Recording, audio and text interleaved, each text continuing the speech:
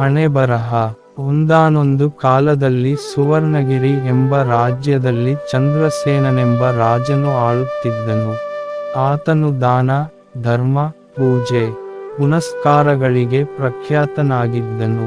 ನನ್ನ ರಾಜ್ಯದಲ್ಲಿ ಬಡವರೇ ಇರಬಾರದು, ಎಲ್ಲರೂ ಸುಖ ಸೌಭಾಗ್ಯಗಳಿಂದ ಕೂಡಿರಬೇಕು ಎಂಬ ಭಾವನೆ ಹೊಂದಿ ತನ್ನ ಪ್ರಜೆಗಳನ್ನು ಮಕ್ಕಳಿಗಿಂತ ಹೆಚ್ಚಾಗಿ ಕಾಣುತ್ತಿದ್ದನು.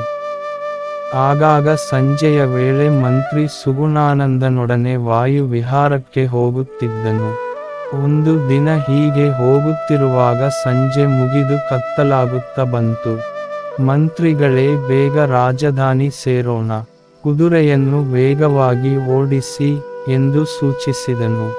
ಕೊಂಚ ದೂರ ಹೋಗುವುದರಲ್ಲಿ ರಾಜನು ಕುದುರೆಯನ್ನು ನಿಲ್ಲಿಸಿ, ಮಂತ್ರಿಗಳೇ, ಕತ್ತಲಾಗುತ್ತಾ ಬಂದಿದ್ದರೂ ಕುಟೀರದ ಮುಂದೆ ತೋಟದ ಕೆಲಸ ಮಾಡುತ್ತಿರುವ ವಿಪ್ರ ಯಾರು? ತುಂಡುಬಟ್ಟೆ ಉಟ್ಟು ಚಳಿಯನ್ನು ಲೆಕ್ಕಿಸದ ಆ ಮಹಾಪುರುಷ ಯಾರು ಎಂದು ಕೇಳಿದರು. ಆಗ ಮಂತ್ರಿಯು, ಆತ ಶೇಷ ಶರ್ಮನೆಂಬ ಪ್ರಕಾಂಡ ಪಂಡಿತ, ಶ್ರಮಜೀವಿ ಎಂದರು. ನಮ್ಮ ರಾಜ್ಯದಲ್ಲಿ ಆತ ಏಕೆ ಇಷ್ಟು ಕಷ್ಟಪಡಬೇಕು? ಅರಮನೆಗೆ ಕರೆಸಿ ಬೇಕಾದ್ದನ್ನು ಕೊಡಿ ಎಂದನು. ಕ್ಷಮಿಸಿ ಮಹಾರಾಜ, ಆತ ಮಹಾ ಆತ್ಮಗೌರವಿ, ಯಾರಿಂದ ಏನೂ ಬೇಡುವುದಿಲ್ಲ, ಯಾರ ಸಹಾಯವನ್ನು ಬಯಸುವುದಿಲ್ಲ, ಕಾಯಕ ಮಾಡಿ ಹೆಂಡತಿ ಮಕ್ಕಳನ್ನು ಪೋಷಿಸುತ್ತಿದ್ದಾನೆ ಎಂದು ಉತ್ತರಿಸಿದನು ಮಂತ್ರಿ. ಸರಿ, ನಡೆಯಿರಿ, ಇದಕ್ಕೆ ನಾವೇ ಒಂದು ಉಪಾಯ ಮಾಡೋಣ ಎಂದು ಇಬ್ಬರೂ ಹೊರಟರು. ಮಾರನೆಯ ದಿನ ಶೇಷ ಶರ್ಮನ ತೋಟದಲ್ಲಿ ಒಂದು ಚೀಲ ಸಿಕ್ಕಿತು. ಅದರ ತುಂಬಾ ಚಿನ್ನದ ನಾಣ್ಯಗಳಿದ್ದವು. ಕೂಡಲೇ ಆತ ಅದನ್ನು ಕೈಯಲ್ಲಿ ಹಿಡಿದು ರಾಜ ದರ್ಬಾರಿಗೆ ನಡೆದ.